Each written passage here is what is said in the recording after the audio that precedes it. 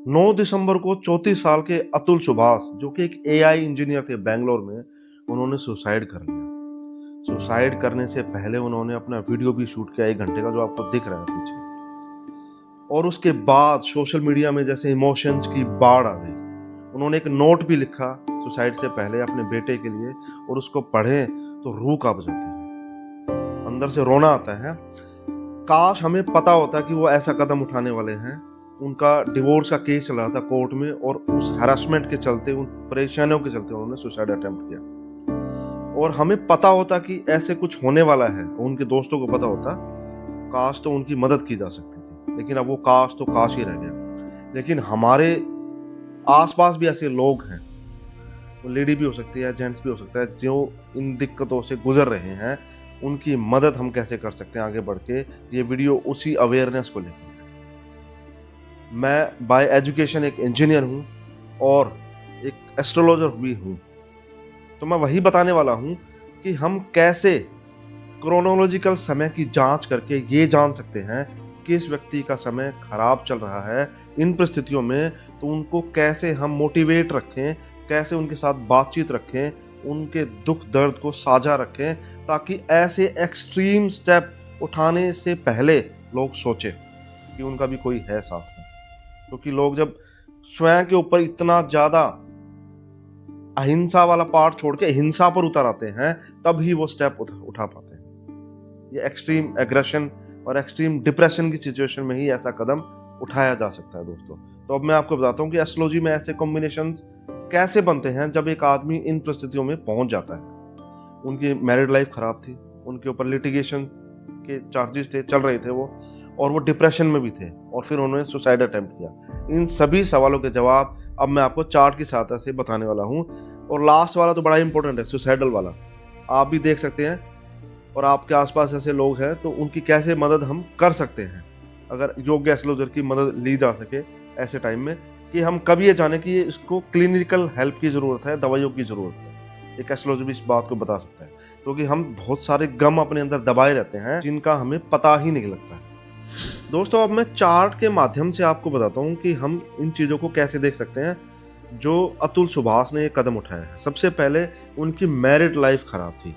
अगर married life खराब हो तो उनकी जो महादशा चल रही हो, सपोज वो राहु की चल रही है, तो राहुदेव अगर पहले घर को बता रहे हो, ये वाला घर जो है, और छठे घर को बता रहे हो, और 10वें घर को अगर बता रहे हो, यानी पहले छठे और 10वें घर को अगर बताएं, तो यानी मैरिड लाइफ डिस्टर्ब्ड है उनकी।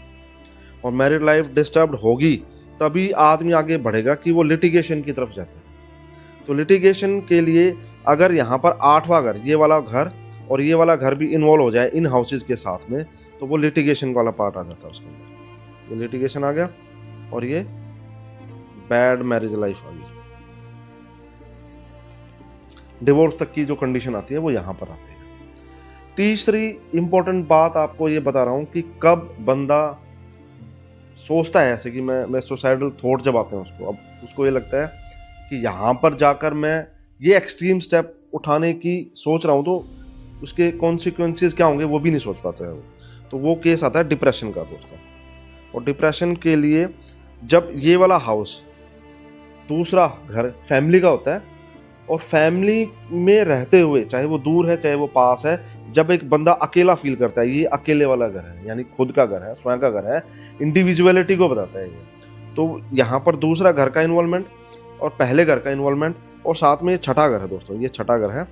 तो ये यहाँ पर नंबर कुछ भी हो, ये साइंस राशियों को बता रहे हैं, लेकिन हाउस फिक्स है, मैं हाउसेज की बात कर रहा हूँ यहाँ पर। और छठा घर बीमारी को बताता है, डिजीज को बताता है। वो डिजीज किसको लेकर है? अकेलेपन को लेकर है, तो वो डिप्रेशन का रूप ले लेती है। और अगर इसमें 8वां घर भी इन्वॉल्व हो जाए, ये 8वां घर है, तो वो सिवियरिटी काफ़ी स्ट्रॉन्ग हो जाती है। तो ये 2168 वाले जो हाउसेज अगर पता लगे, तो यह डिप्रेशन को बताते हैं, यानी इनको मेडिकेशन की ज़रूरत है। अब ये वाले हाउसेज जब जुड़े बैड मैरिज लाइफ के साथ में, यानी डिप्रेशन मैरिज को लेकर है, ठीक है दोस्तों। अब वो सुसाइडल थॉट वाली जो कंडीशन आई, सुसाइड वाला बता रहा हूँ मैं आपको, ये जस्ट एजुकेशनल पर्पज से बता रहा हूँ आपको। एक योग्य एस्ट्रोलॉजर ही इसको जांच सकता है, इसमें नक्षत्र भी जांचने होते हैं, उप नक्षत्र भी जांचने होते हैं, कस्पल सबलोड भी जांचने होते हैं, डिविजनल चार्ट्स भी जांचने होते हैं और हाथ की रेखाएं भी जांची जा सकती हैं प्रेजेंट कंडीशन को देखने के लिए। तो सुसाइडल थॉट अगर आ रहे हैं तो यहाँ पर ये तीसरे घर का रोल काफी ज्यादा आता है, क्योंकि ये करेज देता है आपको। वो नेगेटिव भी हो सकता है, पॉजिटिव भी हो सकता है। अपने आप को हैंग करना, अपने आप को मौत के मुंह में झोंकने के लिए आपको एक्सट्रीम लेवल का करेज चाहिए, दूसरे को मारने के लिए भी और अपने आप को मारने के लिए भी। ये सबसे बड़ी हिंसा है जो हम अपने ऊपर करते हैं दोस्तों। उसके अलावा अगर यहाँ पर ये छठा घर जो मैंने अभी आपको बताया था, पहले ही आ चुका है 2 बार, ये डिवोर्स के केस में भी और हमारे डिप्रेशन के केस में भी, और साथ में 12वां घर, ये 12वां घर है। 12वां घर आपके लॉस को बताता है, बॉडी के लॉस को बताता है, अल्टीमेट डेथ को बताता है। लॉन्जिविटी को 8वां घर बताता है, लेकिन खर्च होने को, जो सेल्फ लाइफ हमारी खर्च होती है, बॉडी की सेल्फ लाइफ खर्च होती है, वो 12वां घर बताता है। तो यहाँ पर ये कॉम्बिनेशन बनेगा 3, 6, 8, 12। अगर ये हाउसेज आ जाए तो वो सुसाइडल टेंडेंसीज दे देता है। इसमें मैंने ग्रहों का जिक्र नहीं किया, सिर्फ हाउसेज के बारे में आपको बताया है।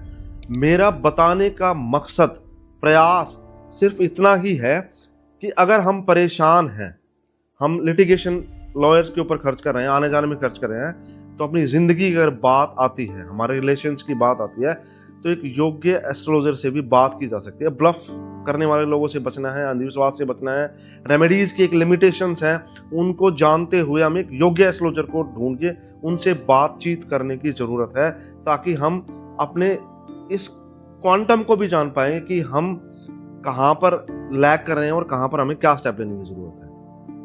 और अगर वो बताता है कि आप डिप्रेशन में हैं, तो इस बात को स्वीकार करना है, चाहे आपको मेडिटेशन करना है उसके लिए, चाहे आपको डॉक्टर की आवश्यकता है, किसी साइकोलॉजिस्ट की ज़रूरत है, किसी मेडिसिन लेने की ज़रूरत है, तो उसकी तरफ आगे बढ़ सकते हैं। तो मेरा उन दोस्तों से भी रिक्वेस्ट है कि अगर आपके दोस्त किसी ऐसी दुविधा से, ऐसी परेशानी से गुजर रहे हैं, तो उनकी हेल्प इस रूप में भी की जाए।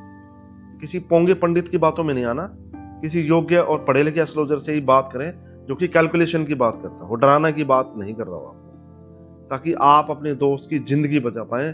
जैसे अतुल सुभाष जैसे व्यक्ति जो एक पढ़े लिखे व्यक्ति थे, एआई में काम कर रहे थे, तो आईटी के बंदे तो वैसे ही प्रो होते हैं, नॉलेज अच्छी होती है उनकी, एडवांस रहते हैं, लेकिन उन्होंने भी एक्सट्रीम स्टेप उठाया। ये कोई भी उठा सकता है इन बुरी परिस्थितियों में।